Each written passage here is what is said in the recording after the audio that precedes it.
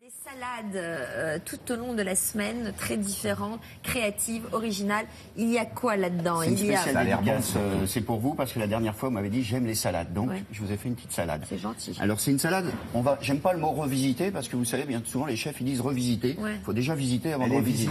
Voilà. C'est un mélange de produits crus, mais cru cuisiné. Je m'explique. Je vais prendre du chou-fleur qu'on a l'habitude de manger cuisiné et je vais juste le râper comme ça. Alors là, j'ai pris une râpe un peu professionnelle, mais on peut prendre une petite râpe à cuillère qu'on a à la maison. Et à la fin, c'est de la truffe blanche. On va arriver à avoir une semoule, vous voyez. Regardez ce genre de petite semoule. Et cette petite semoule, on va l'assaisonner très light. C'est-à-dire, je vais prendre un fromage frais, un fromage...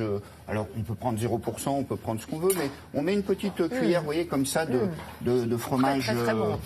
Et on va mélanger ça, et on va l'assaisonner suivant son goût, avec un petit jus d'orange. Une idée géniale, ça. Un jus de pamplemousse. Vous voyez? Moi, j'ai faim. Moi, je mets un petit jus de pamplemousse comme ça. Il y a un peu de pesto aussi, je vois. Très, très bon. Voilà. Et puis des capres, des bonnes fines herbes. Un peu d'huile d'olive parce qu'il faut assaisonner. Je suis capable de la manger. Délicieux, c'est délicieux. Et alors la petite sauce, qu'est-ce que je vous ai fait à votre avis pour rehausser tout ça? Ben on parle du pesto, bien sûr, mais du pesto avec de la roquette. Parce que la roquette, elle est poivrée et elle va bien rehausser. Il y a du réfort aussi, non? Non, là, il n'y a pas de réfort. C'est le petit goût. Il n'y a pas du roquefort? C'est bon. Non, c'est la roquette qui fait ce goût-là fort. Ah bon? Oui, tout à fait. Ça change du basilic et on fait le même principe. Alors, c'est-à-dire, donc vous avez mélangé quoi et quoi et quoi?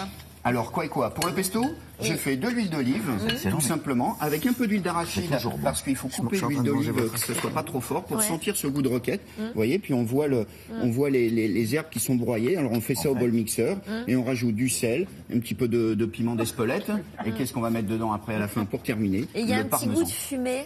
C'est peut-être le parmesan qui fait ça. Ah, c'est ça. Alors fumé, j'ai mis effectivement, bravo, j'ai mis un morceau de truite fumée pour rehausser le goût, si vous voulez, anoblir le plat, bien qu'une bonne salade. Anoblir le plat quand on parle de Marie-Antoinette, c'est parfait. Bien sûr.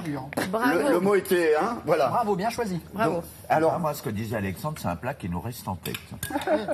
ça fait plaisir. Non, c'est très très bon.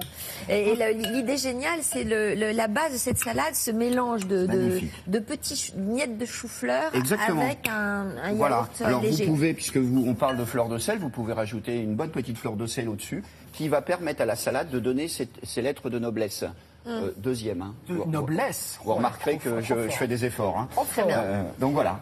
Magnifique, vous retrouverez cette recette sur notre site internet. L'album de la future comédie musicale que vous irez voir sur scène, on en reparlera bien sûr,